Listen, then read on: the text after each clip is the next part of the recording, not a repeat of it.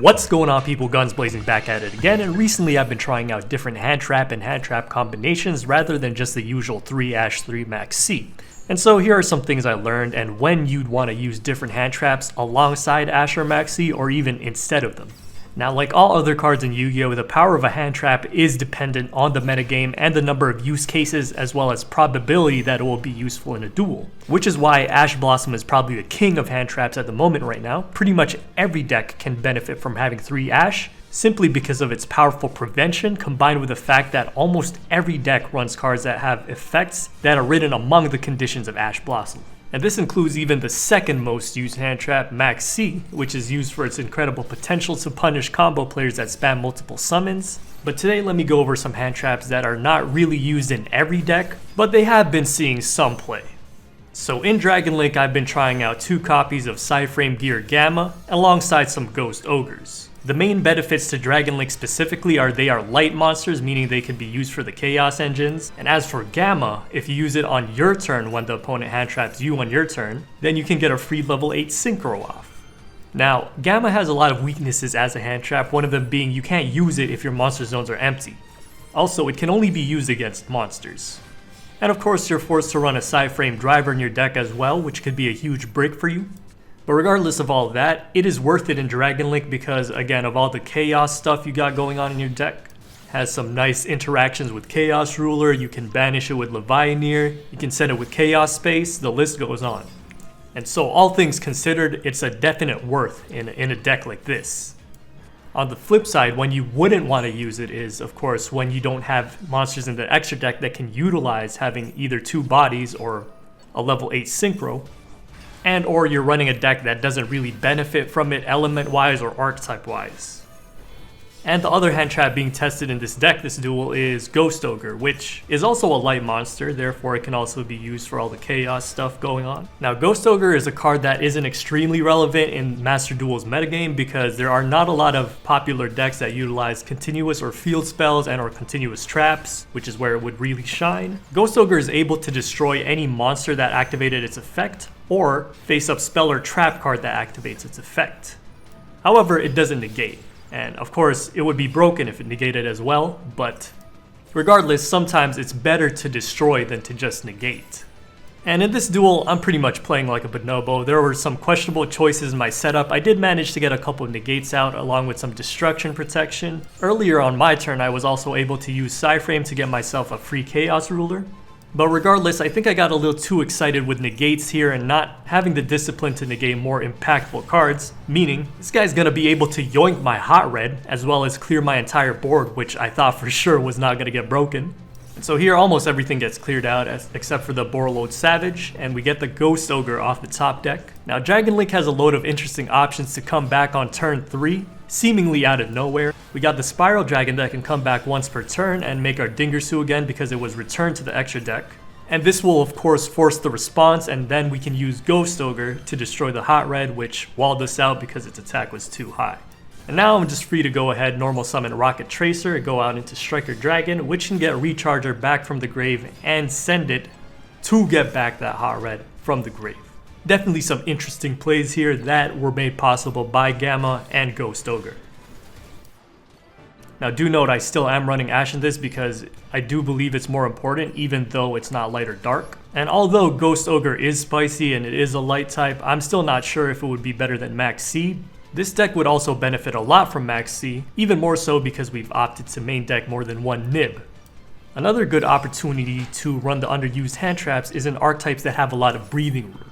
Not every deck can afford to add much after they put in the 3 Ash and 3 Maxx C, but some decks like the recent hand trap heavy Evil Twins I showed in the last video does have room to run Ghost Ogre even with 3 Ash and 3 Maxx C.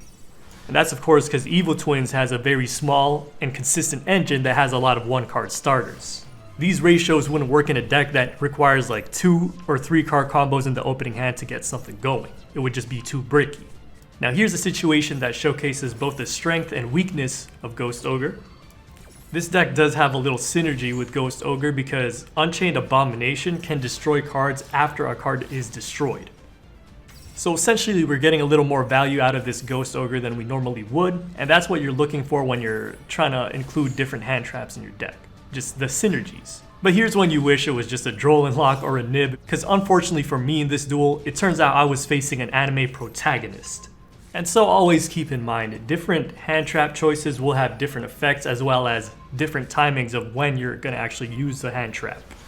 But anyways, the knowledge of good hand trap timing will come with some practice and experience.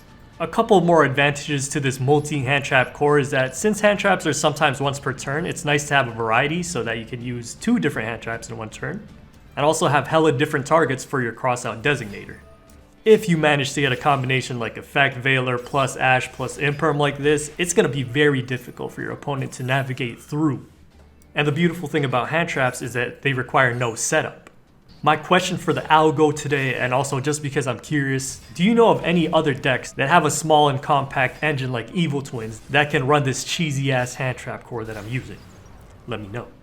Crazy thing too about Evil Twin is that they have so much card draw innately in the archetype, and so you just keep picking up random hand traps here and there.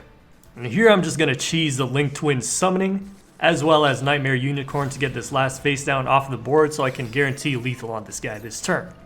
All kinds of co-link action going on. All kinds.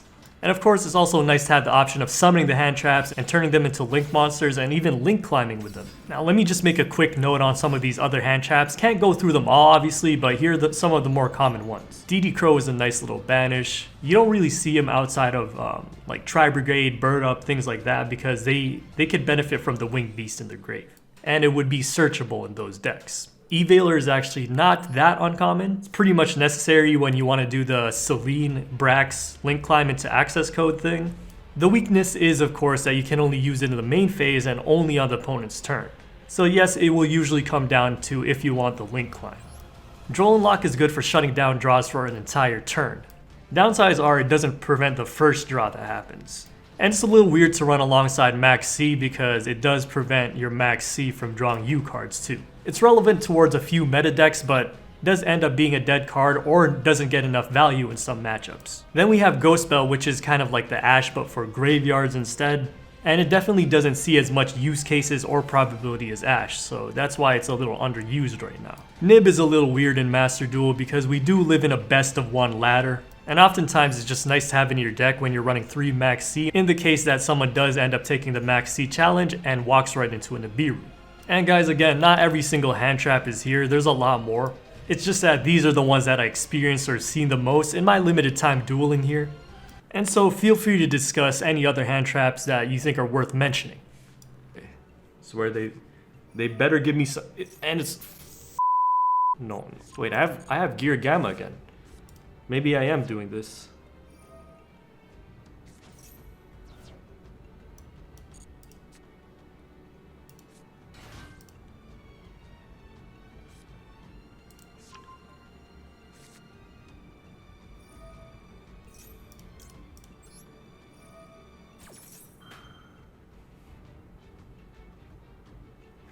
I'm getting ashed again.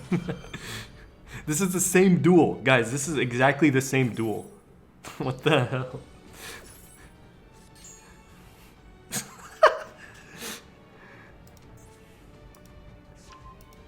And then the Diviner summon, right?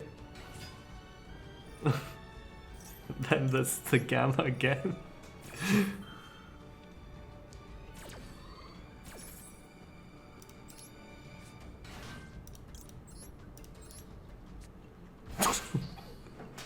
It's actually the same duel. But this guy might have more gas. Let's see. Is he looking for that Link Karibo now?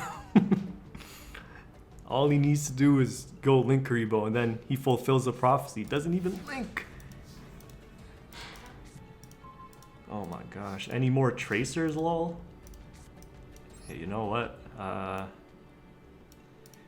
think I go quick launch, a synchron, summon knock.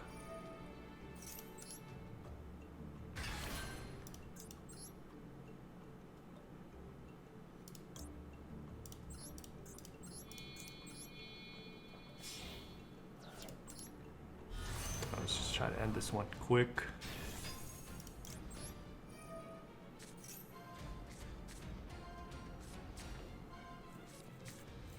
Booty for lunch is already in the hand. That's gonna be a nice Ghost Ogre pickup.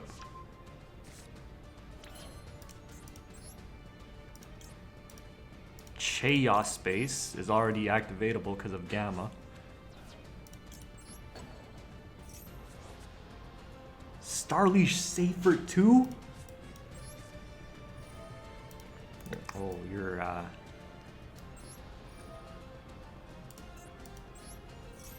kind of getting me a little wild with this. A little wild with this. Okay. I go drop this, the one in hand. Yeah, it's weird. It could be Drytron, it could be Eldritch.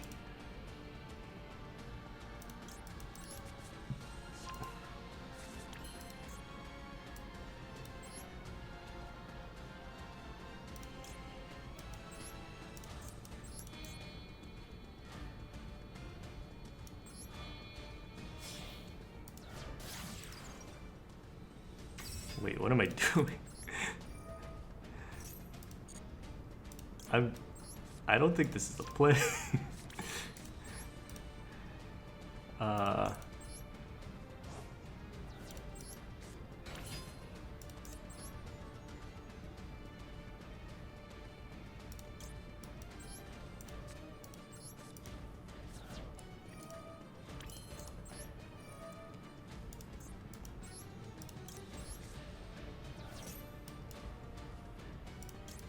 Semi-Galactic.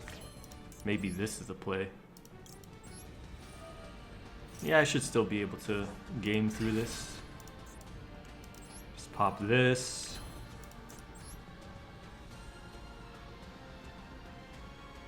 Go Dingirsu now.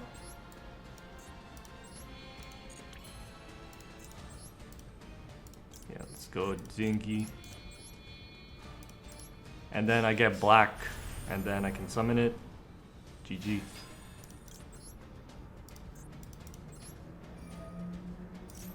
Oh yeah, I can still do this. These two. Dual puzzle.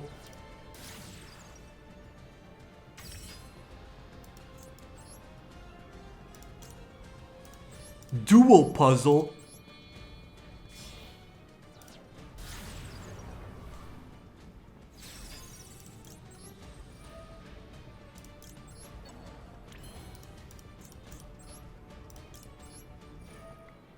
I love Chaos Ruler, dude. This could have been so much more efficient. But damn, this guy just bailed my ass out.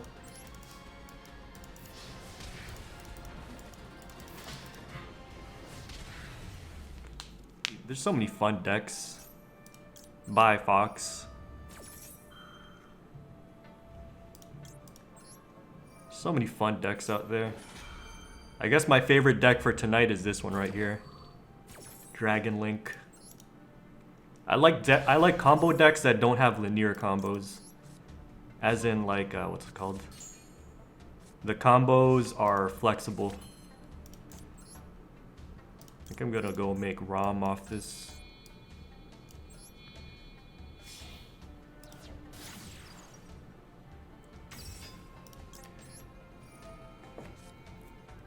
I don't play TCG, but Master Duel is 90% TCG IMO. Peace-Teeter. Is it a Pisty movement? Or no? Is it a booty for lunch movement? See, I'm gonna go quick launch first.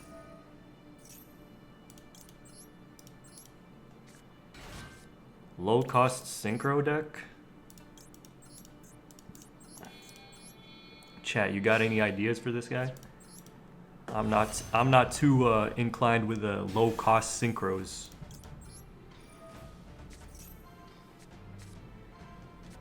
Do I have someone to clip my streams? What do you mean by this?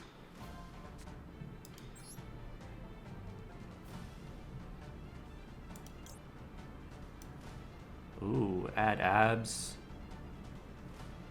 Add the Abso.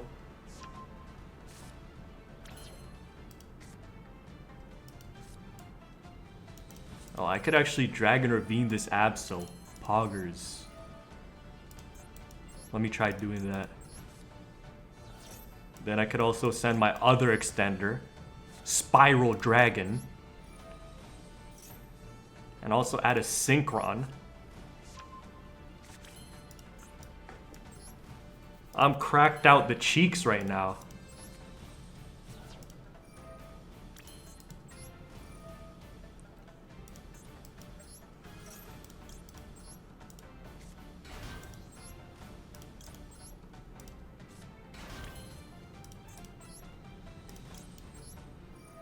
Extenders. Okay, let's make hot red.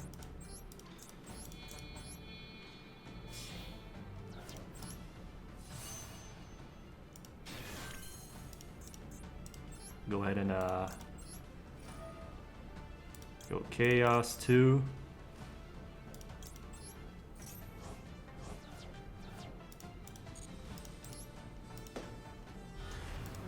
Turn these into something, maybe I can even go 38. 1738. Then pop, should I pop Rami? Go ahead, pop Romulus. Wait, I think I'm missing a Romulus, a free Romulus summon here. I think I was missing a free Romulus summon. Yeah, you can go 30 and Link. You just have to not pop Tracer before you do it.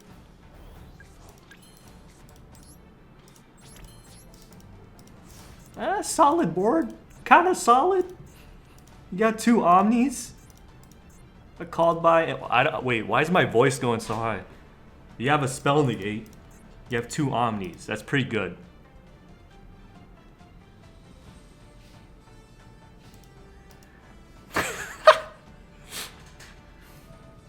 Tanky. Tanky?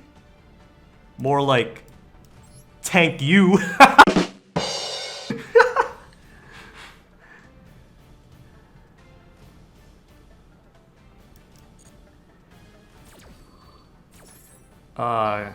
My reasoning is like Romulus is not doing much on its own, and like boot sector launch, I can use it next turn. Obedience schooled. I'm gonna have to give a nod to that.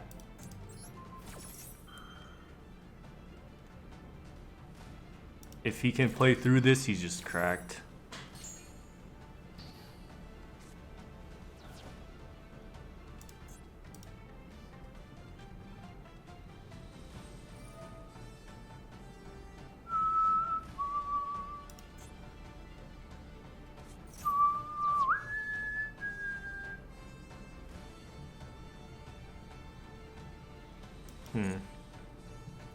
So he has a kit in the grave. If I called the grave, he doesn't really have much he can do with this Karis.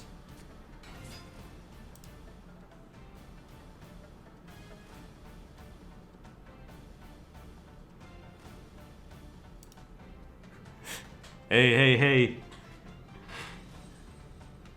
Hey, no screen looking, bro. No screen looking. That's okay, bro. That's okay. Good luck, man. Yeah, I'm just gonna use this on the kit.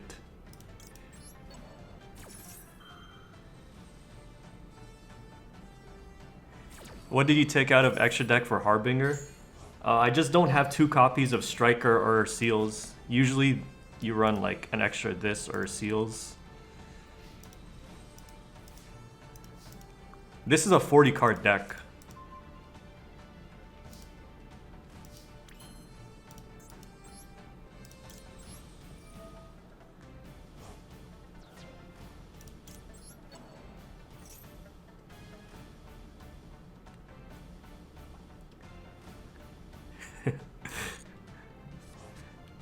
That just reminded me of, like, you know, back when you would have friends over to your house, like, you'd play on the GameCube and stuff, and then you just have, oh wait, did I miss it? No, I didn't. This is Revolt?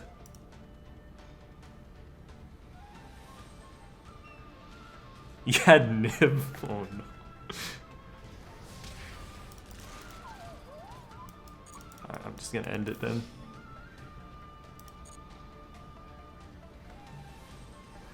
So that it doesn't take too long. Look at this. Bucky. Friggin' Bucky. from there, it's all pokies. Bucky. Bucky. I hate this little dragon.